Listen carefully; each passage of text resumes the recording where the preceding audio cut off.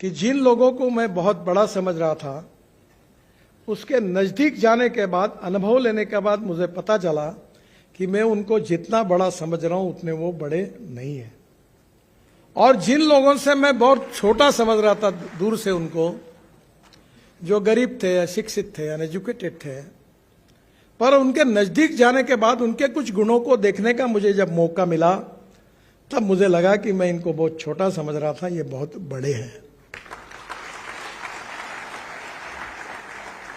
देखिए, no one is perfect and no one can claim that he is perfect. उत्तम, अधिक उत्तम, सर्वोत्तम, up to infinity. No one is perfect.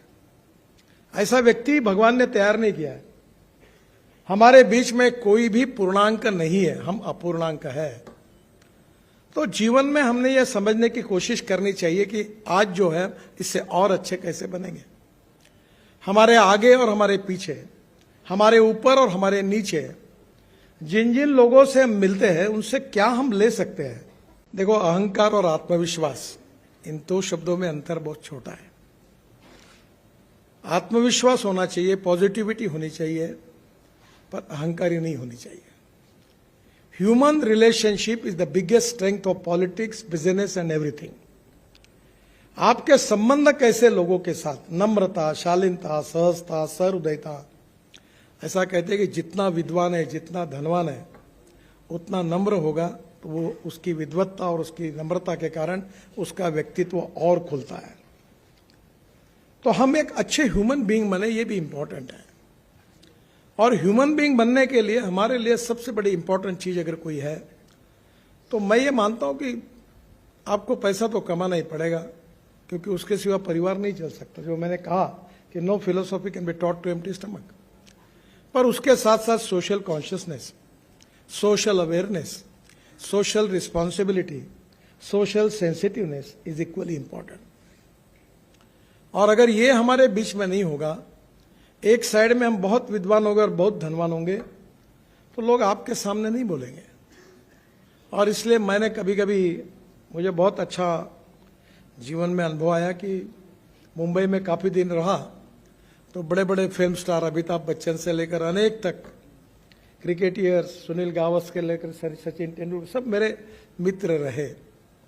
तो मैंने एक एक को देखा, और दिल्ली आकर मुझे बिल गेट्स से लेकर अनेक लोगों को मेरे घर पर उनको मिलने का मौका मिला। तो मुझे एक मित्र ने, मुझे, ये सब लोग बड़े ही लोग हैं, तो एक बार उसने मुझे पूछा कि तुम दिल्ली में रहते हो, रोज तुम्हारी नए नए लोगों से मुलाकात होती है, तुम्हारा क्या ऑब्जर्वेशन है। तो मैंने उनको, एक मेरे मुंह से निकल गया, मैं इंजीनियर नहीं हूं। मुझे बहुत लोगों में एक मिस इंप्रेशन है कि मैं बहुत ज्ञानी हूं, मैं विद्वान भी नहीं हूं। मुझे आज 8वीं डिलीट मिल रही है, पर मैं उसके लायक नहीं हूं। मैं डॉक्टर नहीं लगा था, क्योंकि मैं 75 में जब HSC में था, तो इमरजेंसी आई। तो मैं इमरजेंसी के खिलाफ जयप्रकाश जी से आंदोलन लेकर मैं वो साइकोलॉजी मशीन पत्रक निकालना, उसके पीछे भिड़ गया। तो नेचुरली मेरा परसेंटेज 52% मिला। तो मेरे घर में मेरी बहन थी और हमारे जो दामाद थे, जवाई थे, वो भाभा एटॉमिक रिसर्च सेंटर में न्यूक्लियर साइंटिस्ट थे। तो सबको लगता था, ये क्या, घर में ये अपेक्षा थी माँ की और बहनों की कि मैं डॉक्टर बनूं, मैं इंजीनियर बनूं, मैं नौकरी करूं कोई। तो मुझे माँ कहती थी कि अरे नौकरी करो, कहीं तो भी लग जाओ, बैंक में लग जाओ, टीचर बन जाओ, हर महीने में सैलरी मिलती है। एक दिन मैंने तंग आकर माँ को कहा, माँ मैं नौकरी मांगने वाला नहीं, मैं नौकरी देने वाला बनूंगा। तो उसने मुझे कहा, तुम्हारे पास पैसे कहाँ हैं। ये एक इंपॉर्टेंट चीज होती है कि लोग पूछते तुम्हारे पास क्या है। वो दीवार में था ना डायलॉग, शशि कपूर और अमिताभ बच्चन के बीच में था।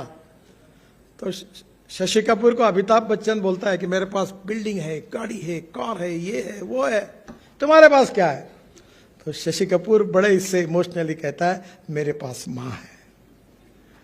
वैसे मैंने उनको, माँ को वैसे ही कहा। उस समय दीवार, मैं भी अमिताभ बच्चन को परसों दिन भर साथ थे, तो मैं उनको कह रहा था कि आपका जंजीर की फाइट, मैं उस समय 3rd क्लास में पिक्चर देखता था, यानी उस कैटेगरी में था कि सिनेमा सामने से और नाटक पीछे से।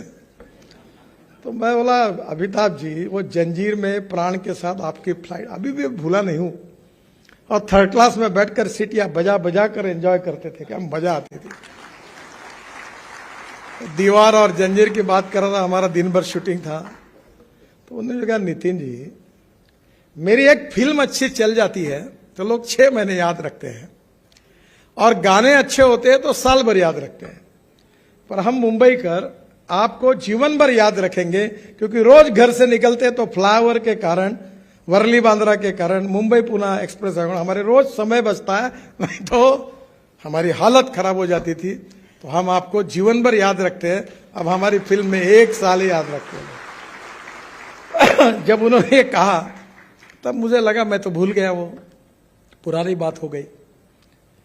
क्योंकि हमारे यहाँ एक बहुत अच्छी बात है, मराठी में एक बहुत बड़े साहित्यिक थे शिवाजी सावंत, उनकी हिंदी में एक मृत्युंजय करके मराठी में किताब थी, बहुत सुंदर किताब है, बहुत सशक्त लेखक थे।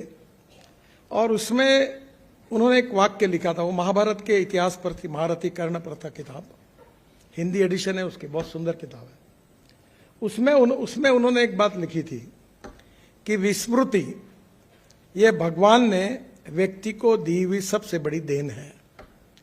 जब मैंने उसको पढ़ा तो मुझे वो बात इतनी जज गई कि मैंने ये तय किया कि आप कोई काम करना है तो उसको भूल जाओ।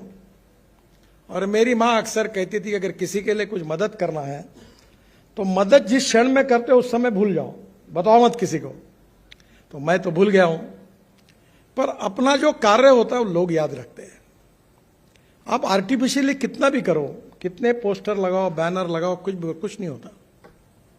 If you deserve for it you will get it. अगर आप में क्षमता होगी तो निश्चित रूप से वो आपको मिलता ही है। अच्छा, मैंने ने आप तो साइंटिफिकली आर्किमिडीज ने भी कहा है कि पानी में कोई भी चीज डुबाओ, जितना वजन होगा उतना ही पानी ऊपर आएगा। तो तुम अगर जेब में कोई वजन लेके बैठोगे तो शायद वजन थोड़ा ऊपर हो जाएगा, पर नियम यही है कि if you deserve for it you will get it. तो दौड़ो मत किसी के पीछे। Respect should not be demanded, it should be commanded. If you deserve for it you will get it, आपको मिलेगा। पीछे मत लगो किसी को।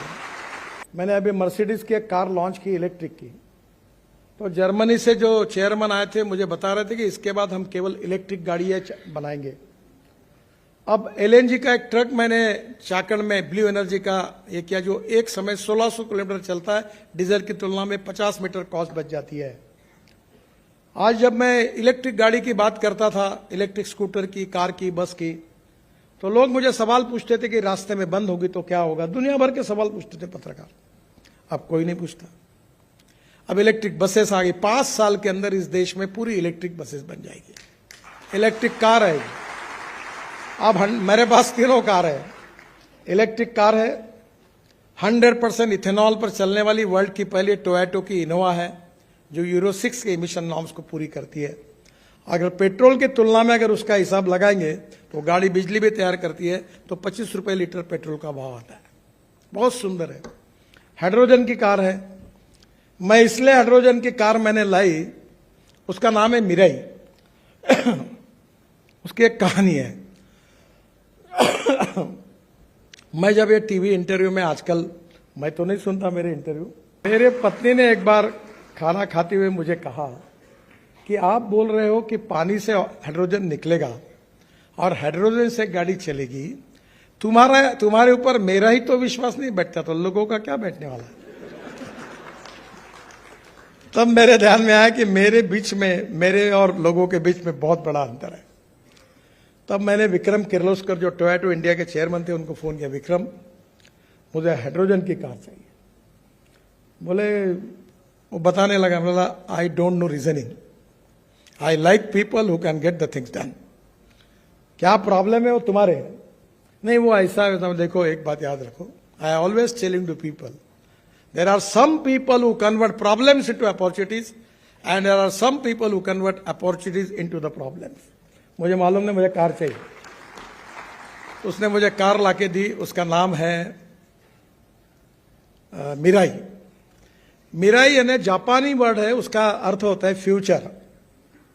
मैं जो आपको अपील करने वाला हूं वो फ्यूचर जो है, इसका मतलब hydrogen is a fuel for future. The futuristic vision, futuristic technology and a futuristic planning is very, very important. You can donate eye, but you cannot donate vision. Lack of vision is a problem. और उसमें काम करने के लिए strong political will, decision making capacity, team work, अगर ये तीन छोटी छोटी बातें आपके पास होगी तो यू कैन मेक मिरेकल्स. और हमारे देश में आज वर्ल्ड की सबसे ज्यादा इंजीनियरिंग ट्रेन मैन पावर अगर वर्ल्ड में किसी देश में है तो वह हिंदुस्तान है. पर मैं आपको एक ही अनुरोध करूंगा कि हमारे देश में जो ग्रोथ होती है वो 22 to 24% फ्रॉम मैन्युफैक्चरिंग सेक्टर, 54 से 56% from service sector and 12% from agriculture and allied sectors. मैं आपको अनुरोध करूंगा कि गांव, गरीब, मजदूर और किसान, जल, जमीन, जंगल और जानवर, इस पर आधारित टेक्नोलॉजी को डेवलप करो. चलो गांव की ओर. अब स्मार्ट विलेज, स्मार्ट सिटी नहीं, स्मार्ट विलेज बन सकता है. मैं कृषि क्षेत्र में काम करता हूं. मेरे क्षेत्र में 10,000 किसानों ने आत्महत्या की है. मैं बिजनेसमैन नहीं हूं, न मैं इंडस्ट्रिस्ट हूं, पर मैं जो एग्रीकल्चर में काम करता हूं उसका टर्नओवर 2,500 करोड़ है. मैं 15,000 लोगों को रोजगार दे चुका हूं. यह संभव है कि आपकी टेक्नोलॉजी का उपयोग करके, अभी हम लोग बांबू से इथेनॉल बना रहे हैं.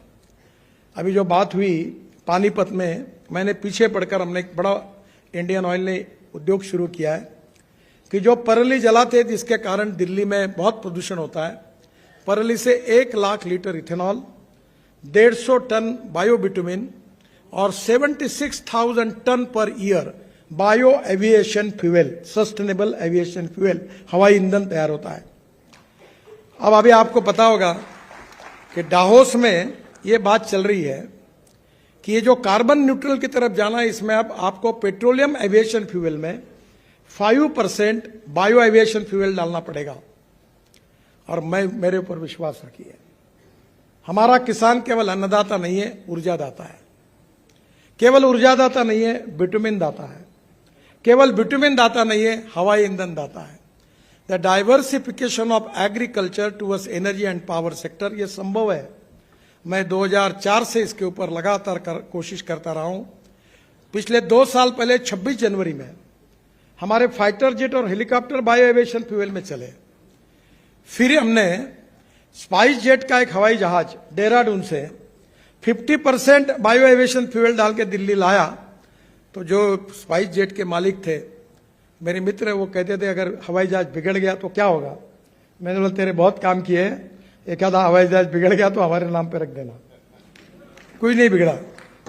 अभी विस्तारा का पूरा 100% बायो एविएशन फ्यूल पर हवाई जहाज की ट्रायल हुई. हमारे देश का विकास करना है तो इंपोर्ट को कम करना होगा और एक्सपोर्ट को बढ़ाना होगा. हम 16 लाख करोड़ का फॉसिल फ्यूल इंपोर्ट कर रहे हैं. मैंने केवल मेरे क्षेत्र की बात की, बाकी क्षेत्रों में भी ऐसी बहुत से भी है. आपके मेडिकल डिवाइसेस है.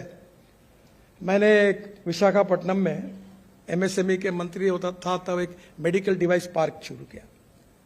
आपको ताज्जुब होगा, वहां सब मैंने 500 वेंटिलेटर वहां से खरीदी करके कोविड के समय बांट दिए, एक भी खराब नहीं हुआ. आप जो वेंटिलेटर खरीदते हैं वो 5 से 7 लाख रुपए का है, मैंने 47,000 में खरीदी की. एमआरआई, सीटी स्कैन सब अपने यहां बन रहा है. हमारे देश को एक्सपोर्ट को बढ़ाना होगा. कैपिटल इन्वेस्टमेंट आएगी, इंडस्ट्री, ट्रेड, बिजनेस बढ़ेगा तो रोजगार निर्माण होगा.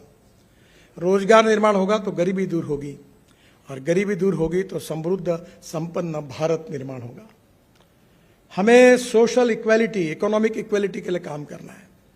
जात, पंथ, धर्म, भाषा के आधार पर कोई डिस्क्रिमिनेशन हमको मान्य नहीं है. आप तो एजुकेटेड है. कोई भी व्यक्ति उसकी जात, पंथ, धर्म, भाषा और सेक्स से बड़ा नहीं होता, उसके गुणों से बड़ा होता है. हम समाज की छुआछूत, अस्पृश्यता, जातीयता समाप्त करेंगे और समाज के गरीब तबके के जो लोग हैं उनका विकास हो, वो मुख्य प्रभाव में आए, उसके लिए कोशिश करें. हमारे सोसाइटी के 3 इंपॉर्टेंट पिलर्स है: ethics, economy, ecology and environment. वायु प्रदूषण, जल प्रदूषण और साउंड पोल्यूशन ये तो मुक्त करना ही है। अब हाईवे पे मैं मंत्री हूं, 40% पोल्यूशन मेरे कारण ही होता है, मैं गिल्टी कॉन्शियस हूं, पर मैं पेट्रोल डीजल के पीछे हाथ धोकर पीछे पड़ा हूं और मेरा विश्वास है मैं इनको हद्दपार करने में मेरे जीवन में यशस्वी होऊंगा। अभी लिथियम आयन बैटरी की बात चल रही थी। जब मैंने इलेक्ट्रिक बस की शुरुआत की तो उसकी कीमत थी $150 पर किलोवाट पर आवर, अब $112 आई है। और मैं आपको बताता हूं, आप जैसे लड़के स्टार्टअप संशोधन कर रहे हैं, वो $100 आएगी तो पेट्रोल डीजल की गाड़ी और इलेक्ट्रिक की गाड़ी की कीमत सेम होगी। एक 4 दिन पहले एक बहुत बड़ा जोक हुआ। मैं जब कॉलेज में था, स्टूडेंट लीडर था, तो मेरे पास एक लूना थी। तो मुझे लूना याद है, वो लूना बड़ी नाजुक थी, पर उसके पे डबल सीट बैठते थे। कभी कभी तीसरा कहता था मैं बैठू क्या सामने, वो छोटी गाड़ी थी। तो मैंने 4 दिन पहले लूना, इलेक्ट्रिक लूना को लॉन्च किया। तो मैं जब जो लूना मैं चलाता था तब उसकी कॉस्ट पर किलोमीटर 40 पैसे आती थी, और मैंने जो इलेक्ट्रिक लूना को लॉन्च किया उसकी कॉस्ट पर किलोमीटर 10 पैसे है। नो पोल्यूशन, ये टेक्नोलॉजी का परिणाम है।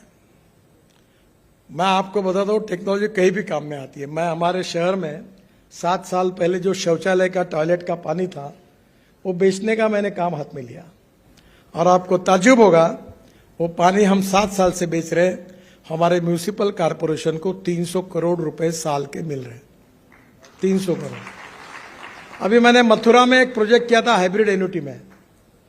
वो मथुरा का 90 mld स्लज पानी शुद्ध करके इंडियन ऑयल को दिया। वो 25 करोड़ पानी के लिए यूपी सरकार को देते थे, इरिगेशन को। मैंने कहा 20 करोड़ दो।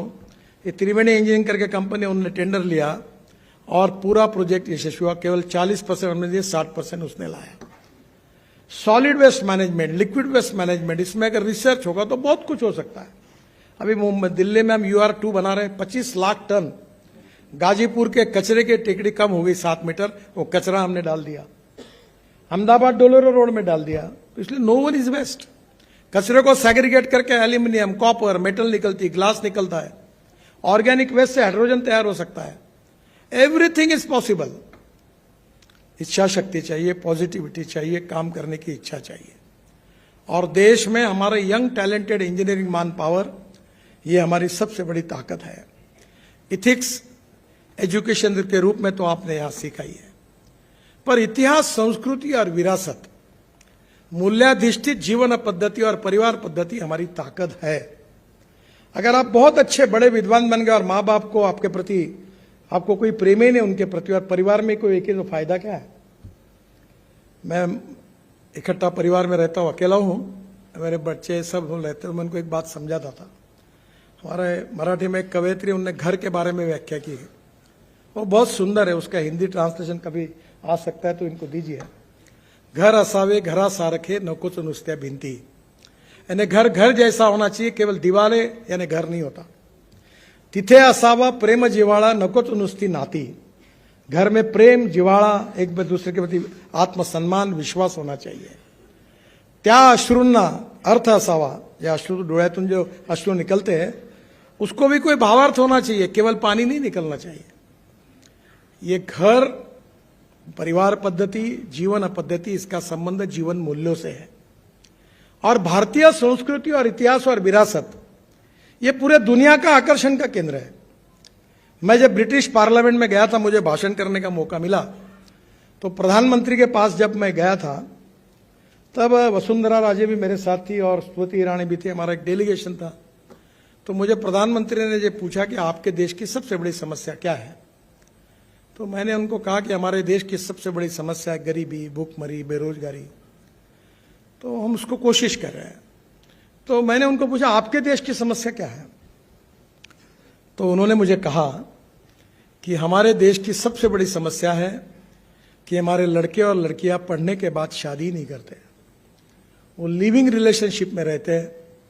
अगर ऐसा ही होता रहेगा तो हमारी समाज व्यवस्था का क्या होगा आगे, ये हमारी चिंता है। फिर उन्होंने मुझे पूछा कि क्या आपके देश में यह समस्या नहीं है? मैंने कहा नहीं के बराबर है। देश गरीब है तो यह समस्या क्यों नहीं है? तब मैंने उनको जवाब दिया कि हमारा देश गरीब जरूर है, पर हमारा देश, हमारी जीवन पद्धति, परिवार पद्धति, value based education, value based family system और वैल्यूज को हमारे समाज में सबसे बड़ी मान्यता है।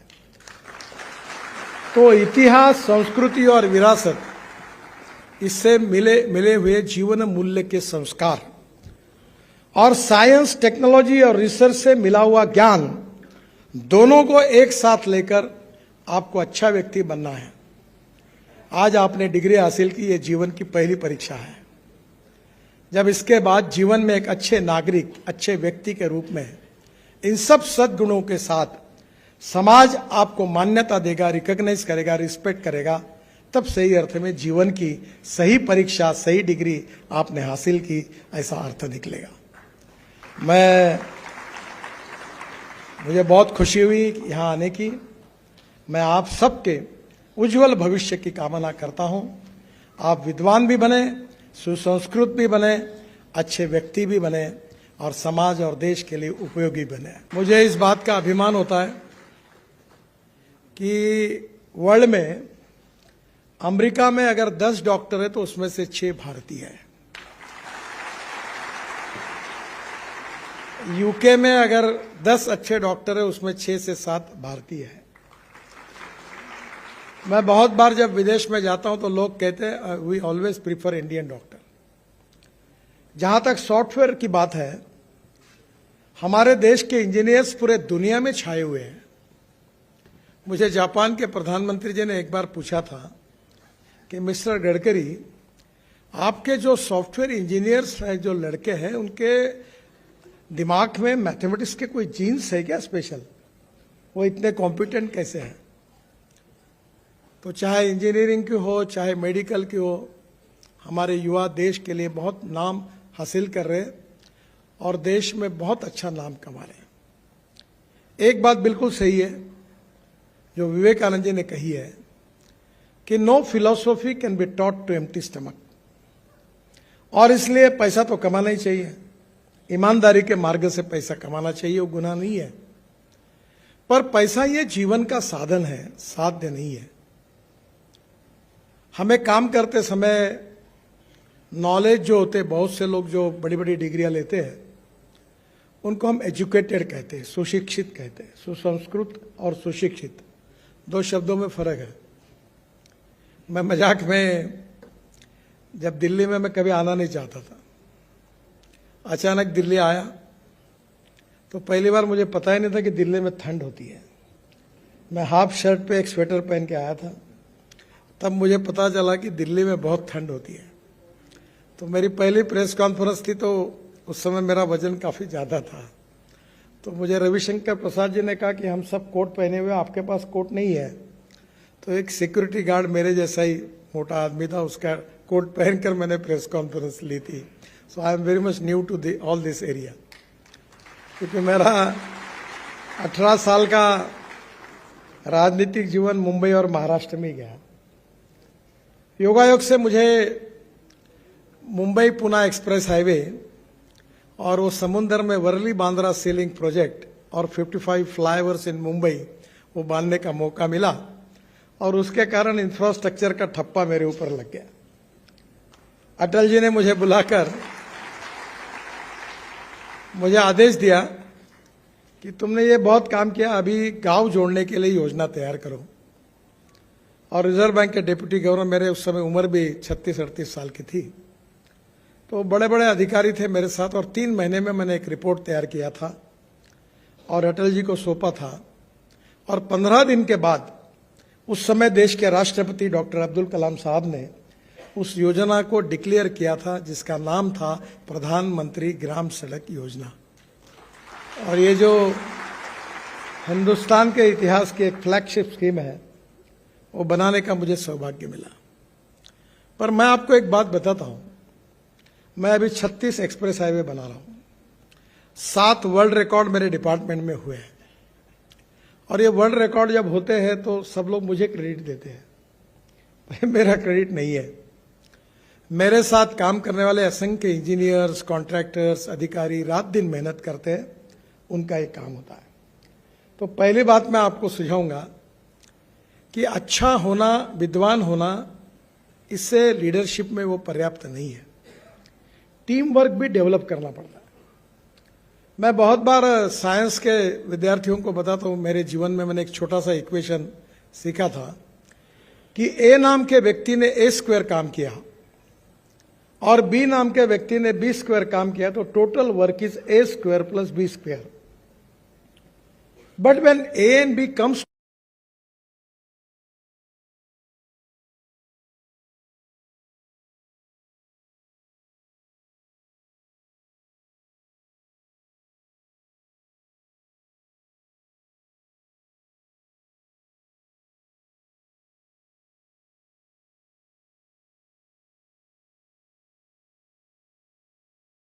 का कॉफी शॉप था, तो मैंने उनको पूछा, आपने स्टारबक्स का आत्मचरित्र पढ़ा है क्या? उन्होंने कहा नहीं, मैंने जरूर पढ़ी है।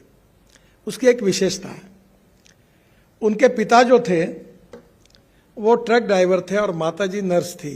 वो गरीब परिवार के थे और एक रेस्टोरेंट में वो कॉफी शॉप में काम करने लगे और वहीं से उनको एक आइडिया क्लिक हुई और उन्होंने अपने कॉफी शॉप शुरू किए। एक दो करते करते आज 23,000 वर्ल्ड में स्टारबक्स का कॉफी शॉप है।